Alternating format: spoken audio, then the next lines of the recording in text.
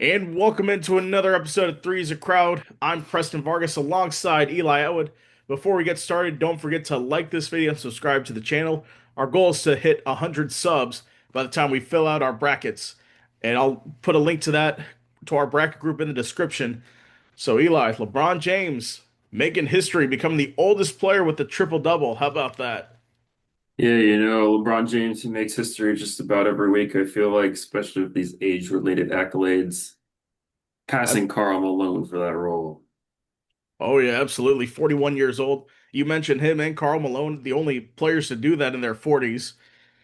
And LeBron James becomes the oldest at 41 years old and 44 days. I was streaming the game last night, but the game was out of hand, so I turned it off when he was one rebound short of that triple double. Yeah. So I wish I'd gotten that on the stream, but I learned my lesson now. If someone's on the brink of history or triple double, I'll stay on until he does it. Yeah, for sure. It's one of those ones you may not realize till it's over. Absolutely. I mean, I even pointed out on the stream he was one triple double or excuse me, one rebound away. He was at nine. So, and it was also past midnight as well. Yeah, that is pretty late. But right now the Lakers sit at 33 and 21 or yeah, 33 and 21, sitting comfortably right now in the Western Conference in fifth place, about a game and a half above the play-in. Are the Lakers prepared for a second half surge?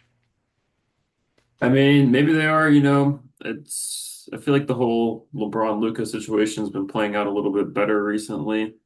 I saw some stats where, especially early on in the season, they weren't too great when they were both on the floor. But I Mm. think some of that's been ironed out as the season's progressed. I mean, absolutely. I mean, with LeBron James missing the time that he has, and then you have Luka Doncic going down with a hamstring injury, which I think he may play in the All-Star game, but that's going to be something to keep an eye on. But going down the stretch, it looks like they have an easy schedule beginning of March, where they play the Kings and Pelicans at home, and the Pacers at home. I mean, I could see them having a second half surge throughout the rest of the season. Yeah, I mean, second half surge, is that going to be enough to get them to the finals, though? I mean, who are your going to be your title favorites going into the break here? I mean, my title favorites, I would say maybe Oklahoma City right now, but looking at the way they've played so far, I don't know. Yeah, for sure. It's definitely interesting. You also have the Nuggets, of course. Jokic never going to be an easy threat to bring down, especially now that he's back after that injury. Oh yeah, for sure. Let me get a look at according to DraftKings who leads the title favorites. So right now it is Oklahoma City along with Denver. But how about I bring up another team, the Detroit Pistons, first place in the Eastern Conference right now, and they've been knocking off some good teams off to a great start. They play great defensively. What do you think of them so far? Yeah, definitely a great defensive team. Kind of brings you back to the old school style of the Pistons. Strong defense, offense gets the job done. Absolutely, they got a real good superstar there with Cade Cunningham. I definitely a great chance for Detroit to win the title this year. I mean, I think they'd be favorites coming out of the East, but I think Cleveland's right there. James Harden, that acquisition seems to be working well for them. Also, you can't count out the New York Knicks at this point. Yeah, for sure. Then other teams like San Antonio and Wemby doing things. Seems like every night he's doing things we've never seen before. Yeah, I saw we had 25 points in a quarter. Oh yeah, and finish with 40 points Yeah, against LeBron James and the Lakers. yeah, But it's definitely tough to guard. yeah, for sure. And back to the Lakers point, I think, in my opinion, I think that's too much of a mountain to climb the Western Conference with all that talent. Yeah, And then going to the tanking issue for the NBA, the Jazz and Pacers. Jazz were fined $500,000, and the Pacers fined $100,000. And let me get your thoughts on the whole tanking aspect of this first. Yeah, I mean, I understand the issue, especially when you have a team like Utah, who I don't even think has their first round pick, right? Or wait, no, they Uh, do have it's protected pick, so they're yes. trying to tank their way into getting a pick that they may not have if they don't tank. So I'm sure OKC is probably trying to get them to step on the hammer, especially to the league. Hmm. So by trying to prevent that tanking, it's a little bit of an unusual situation, whereas usually we see teams tanking and no one else really cares. Yeah, for sure. I mean, that's the thing. I think the solution is the protected picks. I mean, you don't see this really with any other sport where you have a top 10 protected pick or a top five, top four protected pick. I mean, it's a race to the bottom at this point, and it's not good for the NBA. Now, I heard a very dumb thing that they dumb solution that they could do from David Yeah, Dennis Jr. from ESPN. He said to just abolish the draft. abolish the draft. How would that work? That the free agents, the rookies would be free agents essentially going to whatever organization they think could see fit. That's a terrible idea. You're gonna end up with rookies just going to the best teams, and then the worst teams are gonna stay bad. Absolutely. I mean, you see you see that. I mean, everybody would want to go to Lakers or Knicks, but and he made the argument that there's not enough roster spots, but they can find roster spots. You may not play, you may go down to the G League team, but I think that's a stupid idea to abolish the draft. Yeah, I've always liked this one idea that I saw somewhere. I forget where I saw it, but once you're mathematically eliminated for the playoffs, and then each win that you get then helps your draft position. Yeah, I kind of like that. That seems like a good solution.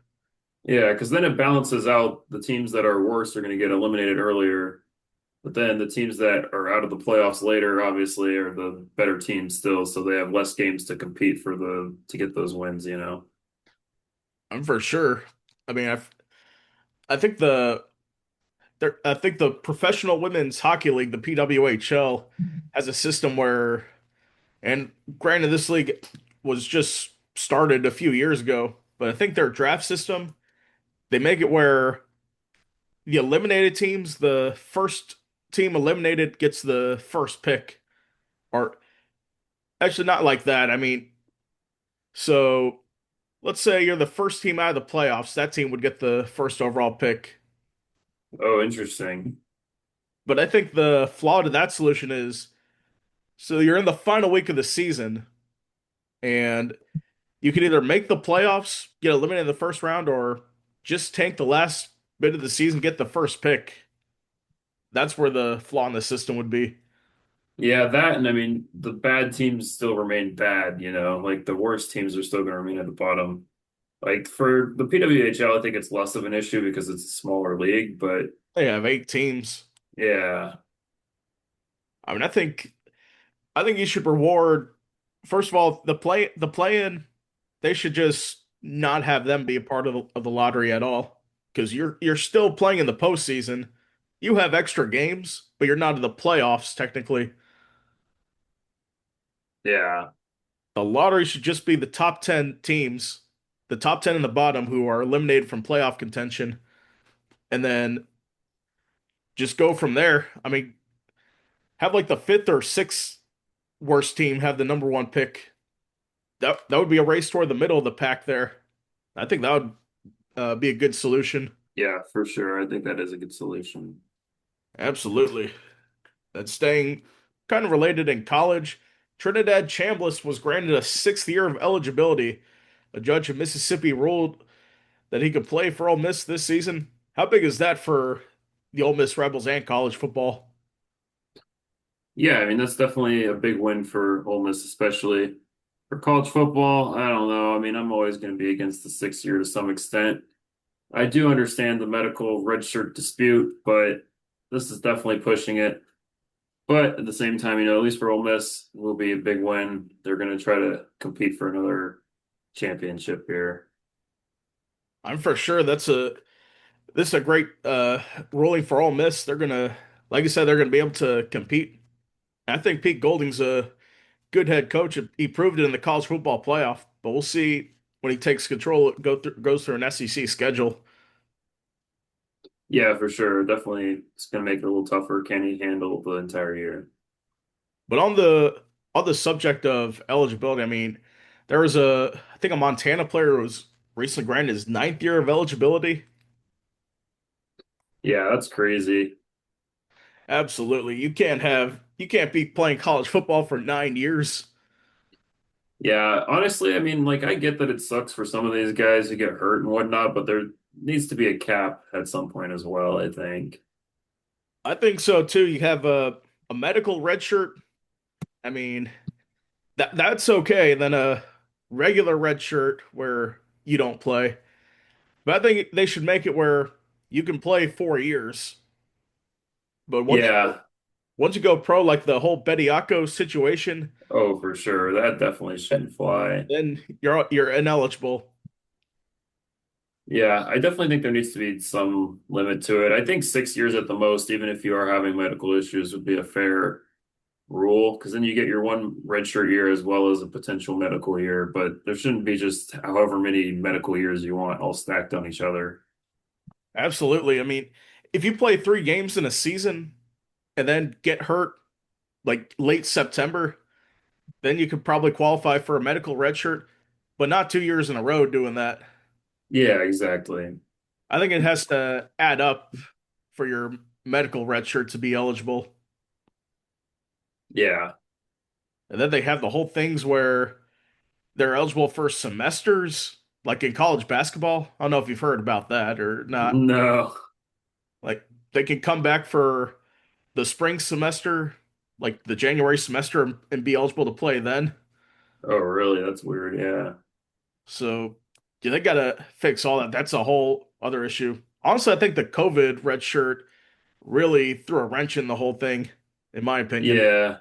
The COVID red shirt should pretty much be over now. I mean, there's maybe a few guys, but most of those are at least out of the system by now.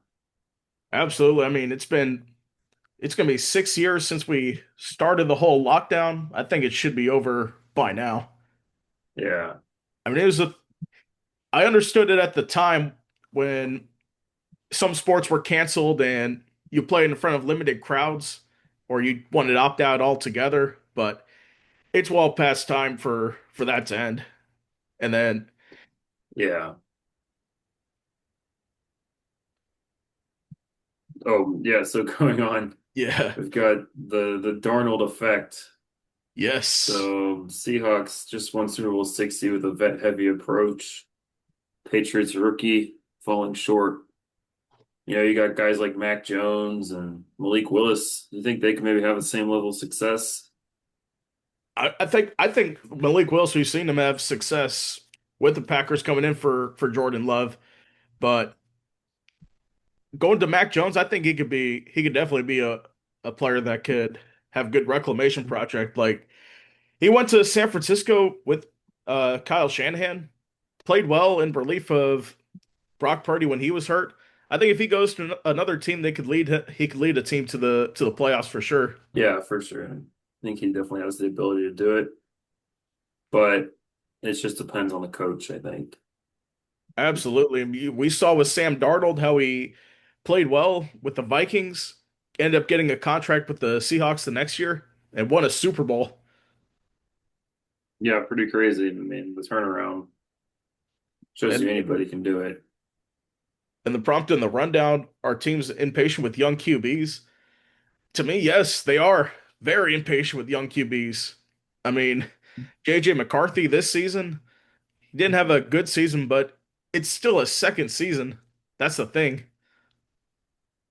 Yeah, for sure. And you don't see the team giving up on him just yet. So He I can think make for the most part, teams give adequate time for their players. I mean, you do have the occasional issue, but 9 times out of 10, I mean, you even got Bryce Young, who took him about 3 years to get where he's at, but now he's playing all right. and I go to the example with the Bears. I mean, some people were labeling Caleb Williams a bust after his rookie season when he put up good numbers, and then earlier this season. They're saying put in Tyson Bagent when Caleb was struggling at one point. I mean, come on. Yeah, I mean that's just delusion. Absolutely. And then the thing with Mac Jones, he just got screwed in New England with that whole Joe Judge and Matt Patricia co-offensive coordinator thing. Yeah, that definitely was not an easy situation to walk into there. I mean, you just gotta, it takes time to develop. You saw with Sam Darnold now. Would he have reached the Super Bowl with the Jets? I don't think so. That organization is too toxic to really work their way around things. Yeah, I'll tell you what though, it is interesting how many good quarterbacks the Panthers have had go through now. I have Sam Sam Darnold's with Darnold, the Baker Panthers. Mayfield. I mean, oh, I think they got someone good with Bryce Young. That's the thing. But you just got to give a chance to these Yeah, they guys. finally took enough time on somebody. I mean, it's like we were saying, got to give them a little bit of time to adjust. I think this summer he's eligible for a fifth year option. Correct me if I'm wrong. Either this year or next year, I forget. Yeah, but I think he's going to get his fifth year option. And the thing, and then CJ Stroud on the other side of it, people are saying that he should be benched and not picked up his fifth year option. He's won a playoff game in each of his 3 seasons. Yeah, I think people, they look towards this year and past few years for the Texans. I mean, especially this year, it's been a bit of a down year for Stroud. Davis Mills played Hmm. well when he was in. So I get it, but at the same time, Stroud's been consistently your guy. I think you got to leave him. Absolutely. And like I said, you gotta these young quarterbacks, they need time to cook. And they have to it's a different speed from the college game, that's for sure. So that's why you saw Caleb struggle with the Saxons rookie season. And I think he split that in half this past season. Yeah, I think so.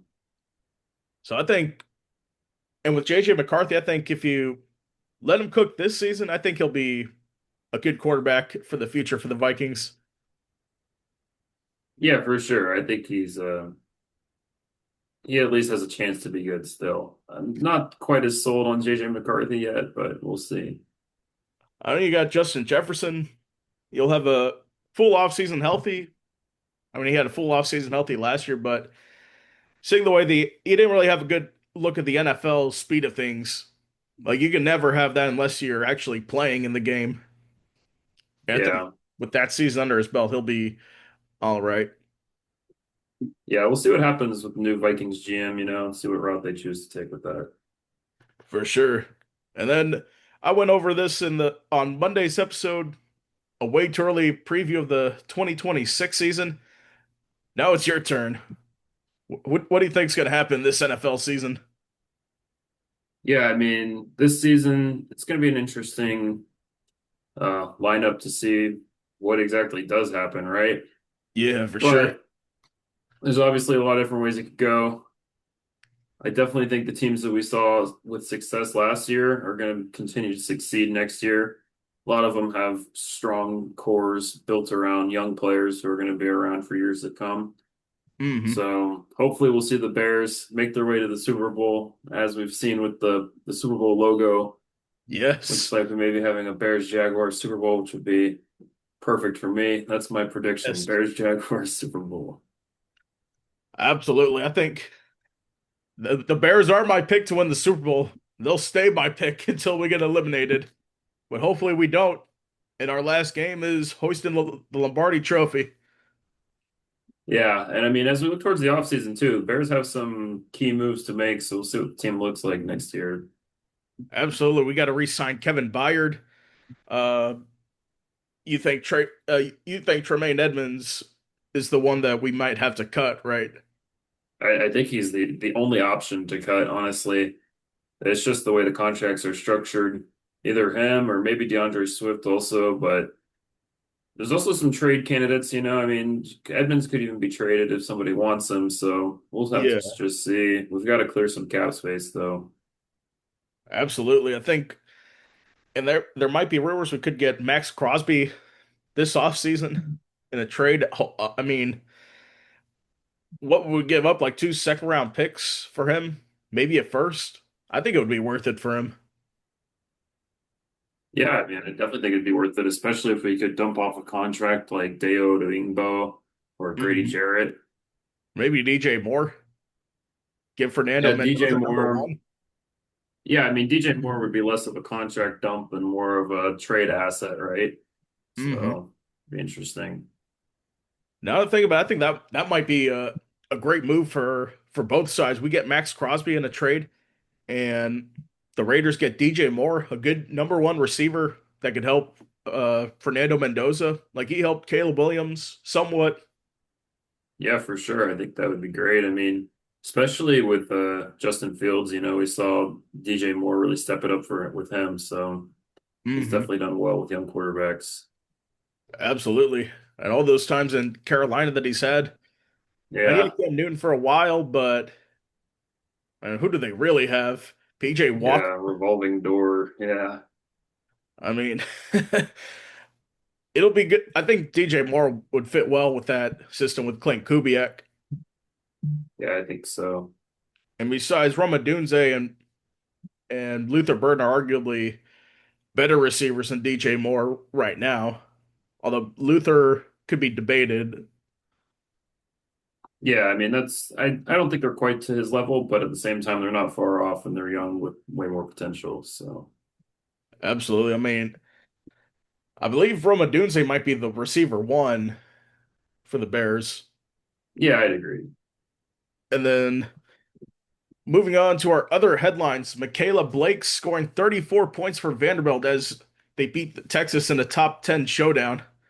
Yeah, I mean definitely a lot of points there. Then Olivia Miles, another big score, 40 points for TCU as they beat Baylor last night. Yeah, upset win there too. And then Nikola Topic making his NBA debut, a great story for him after being diagnosed with testicular cancer in the offseason. He made his he made his professional debut with the OKC Blue earlier this week, but last night when the Thunder were getting blown out, he entered the game off the bench to a standing ovation. Yeah, it's great to see him coming back from not only the testicular cancer, but I think he also tore his ACL not too Oh yeah, long ago. So that knee injury in his rookie season. He was a top 10 pick for the Thunder. yeah, so hopefully he can turn his career around. Absolutely. Just glad to see him on the court. And then the US beat Latvia in their first game of Olympic hockey. Yeah, big win, 5-1. Hmm. I mean, I think the Kachuk brothers scored for the US. I didn't have time to see the game, unfortunately, but it was great that they beat Latvia. Let me see who they play next. But I think the goal is for the US to win gold. I think they could. Hopefully, we see that. Yeah, I mean, definitely you've always got Canada and some of these other teams, Russia, whatnot to go against. So I don't know, is Russia competing in the games? No, they're not. Or do they have a hockey team represented as just like an international team? No. No, unfortunately not. So, But let's see the US in the group with Germany, Denmark, and Latvia. I think Germany's the second best team in that group, and they have Dreisaitl. And then Group B with Finland and Sweden. That's obviously a great group. And then Canada playing with the Czech Republic. I think easily we could see the US top that group. Either I think Finland won the first game, so I think Finland's going to top Group B. Canada, I think, is the favorite for Group A. But we'll see. It's yeah, definitely going to be a good Olympic hockey tournament. for sure. And then some stars in baseball: Corbin Carroll, Francisco Lindor, Jackson Holiday. They each are having surgery for a broken hamate bone, so they're going to be their opening day is in doubt. So that's disappointing to hear. Yeah, I mean, it always sucks to see people get hurt right before the season starts. And Corbin Carroll and Jackson Holiday were going to play for the U.S. in the WBC. Oh So yeah, when's that? I think that starts early next month. I want to say. That's Gotcha. Yeah. That's gonna be a great baseball tournament to watch. It was great in 23 when they had it. Yeah, it's always a good time. I think Puerto Rico is having some insurance issues, for what I've heard. So hopefully Hmm. they can get that whole thing squared away. Yeah, hopefully they should get that settled out. Then obviously Lindor, he who's plays for Puerto Rico, he's not going to be playing in that. I think other players like Javi Baez and Carlos Correa were denied insurance. I Oh, think really? Juve denied for Venezuela because Hmm. his previous injuries. So Yeah, it's definitely definitely a something. bit of a weird situation then. But this is something they could have done years ago, like before the 25 season even. They could have squared it Yeah, away and got that done. yeah, for sure. It's definitely something that shouldn't be waiting until the last minute. Absolutely. And then what we're watching for this weekend, I'm watching for the Olympic skeleton men's final. Got Ah, guys jumping on sleds, face first down, 80 miles per hour. What ooh. else could you want to see? Later today, I think 1 and 3 p.m., something like that. Oh yeah. I'll have to put that on after we finish this. Yeah. Who do you think's gonna win? Honestly, I have no clue. There was some guy, I watched some of the qualifiers, and there was a guy from Great Britain. Forget Ah, his name. Something with a W was his last name. Warmack, maybe? He was doing pretty ah. well, so we'll see. I mean, I'll admit I'm not the biggest fan of skeleton racing, but it'll be interesting to see. I was Winter Yeah. Olympics, always a great watch. Yeah, it's interesting to see these sports you don't typically see.